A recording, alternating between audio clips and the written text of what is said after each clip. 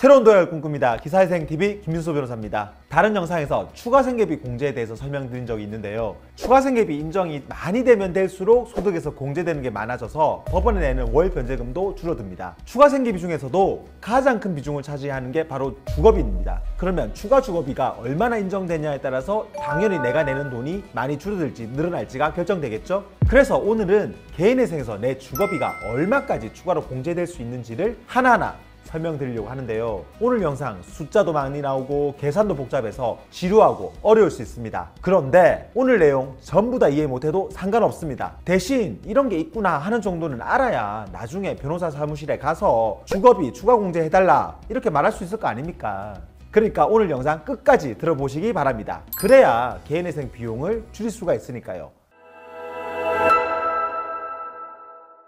우리가 개인회생하면 부양가족 수에 따라서 법원에서 공제해주는 최저생계비가 있거든요. 간단히 말씀드리면 1인 가구 최저생계비 약 116만원, 2인 가구 약 195만원, 3인 가구 약 250만원, 4인 가구 300만원인데요. 여기 최저생계비에 주거비가 일부 포함이 되어 있습니다. 그러니까 1인 가구에서는 약 20만원, 2인 가구는 약 35만원, 3인 가구는 약 45만원, 4인 가구는 55만원 이런 식으로요. 최저생계비에 포함되어 있는 이 주거비는 지역과 상관없이 전국 모두 다 동일합니다. 그런데 우리가 실제로 드는 월세 또는 주택담보대출, 원리금, 이자 이런 것들은 최저생계비에 들어있는 주거비보다 훨씬 많지 않습니까? 그래서 법원에서는 최저생계비에 포함되어 있는 주거비보다 실제로 더 많이 든 이 비용을 일정 금액만큼은 추가생계비로 공제해주고 있습니다. 그렇다고 물론 실제로 든 월세, 담보대출, 원리금을 다 공제해주는 건 아닙니다. 공제되는 최대 한도가 있습니다. 그러니까 내가 월세를 아무리 많이 내더라도 법원에서 인정해주는 한도까지만 추가 주거비로 인정을 받을 수가 있다는 거죠.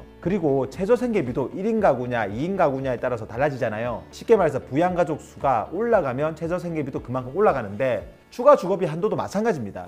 그러니까 부양가족 수가 올라가면 이 한도도 그만큼 올라가는 식이죠. 그런데 이게 지역마다 주택 가격이나 월세 가격이 다 다르다 보니까 지역별로 인정되는 추가 주거비 한도가 다 다릅니다. 몇 가지 예를 들어 볼게요. 서울 기준으로는 1인 가구 경우에는 최저생계비에 포함된 그 금액 외에도 약 38만원까지, 2인 가구는 약 67만원, 3인 가구는 약 94만원까지 추가 주거비가 인정이 됩니다. 그러니까 서울 기준으로는 1인 가구 총 주거비 한도는 최저생계비에 포함된 20만원, 그 다음에 추가 주거비 한도 약 38만원 합치면 한 58만원 정도가 된다는 거죠. 그러니까 내가 이것보다 더 많은 월세를 내더라도 최대 58만원까지 공제가 된다는 겁니다.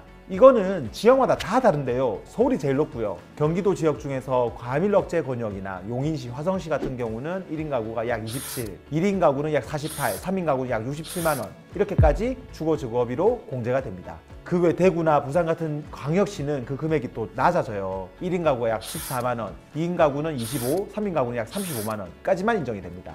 광역시를 제외한 나머지 일반 시구는 더 줄어듭니다. 그래서 1인 가구는 9만원, 2인 가구는 약 16만원, 3인 가구는 약 23만원 이런 식으로요. 이렇게 말로 설명하니까 많이 복잡하고 어렵죠? 제가 예를 들어 보겠습니다. 내가 서울에 살고 있고 배우자와 자녀 1명 해서 총 가족 3명인데 월세, 주택담보대출로 한 달에 약 120만원이 나간다. 이럴 경우에 주거비가 얼마까지 인정될까요? 서울 기준으로 3인 가구 최저생계비에 포함이 되어 있는 주거비가 약 45만원인데요. 추가 주거비 인정 한도는 약 94만원이니까 내가 실제로 내고 있는 월세 120만원 중에서 45만원은 최저생계비에서 포함돼서 이미 공제가 되었고 나머지 75만원은 추가 주거비 인정 한도 94만원보다 적으니까 전부 다 인정이 돼서 75만원을 추가 주거비로 다 공제받을 수가 있는 겁니다. 그러니까 결국 120만원 전액 다 공제가 된다는 거죠. 그리고 만약에 다른 조건은 다 같은데 월세나 주택담보대출로 한 달에 150만원이 나간다. 이때는 얼마가 들까요? 이때도 최저생계비에 포함된 45만원은 동일한데요. 나머지 그럼 105만원이 다 공제가 되느냐? 그렇지는 않습니다. 왜냐면 최대 한도가 94만원이거든요. 그러니까 이 경우는 45만원은 최저생계비에서 공제, 그리고 나머지 94만원까지만 추가 주거비로 공제된다. 이렇게 기억하시면 돼요.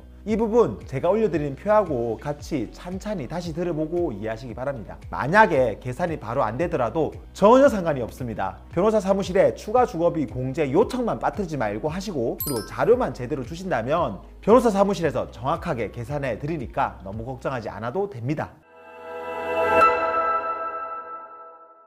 오늘은 개인회생 추가 생계비 공제 중에서 주거비 추가 공제에 대해서 말씀을 드렸는데요. 개인회생 진행하기 전에 내가 사는 지역의 주거비 공제 금액이 얼마인지를 확인해서 이 공제 절대로 놓치지 않으셨으면 좋겠습니다. 오늘 영상 도움이 되었다면 구독과 좋아요 그리고 알림 설정 부탁드리고요. 기타 궁금한 사항 있으면 아래 댓글이나 전화로 연락주세요. 친절히 답변 드리겠습니다. 다음에도 더 좋은 주제로 찾아뵙겠습니다. 감사합니다.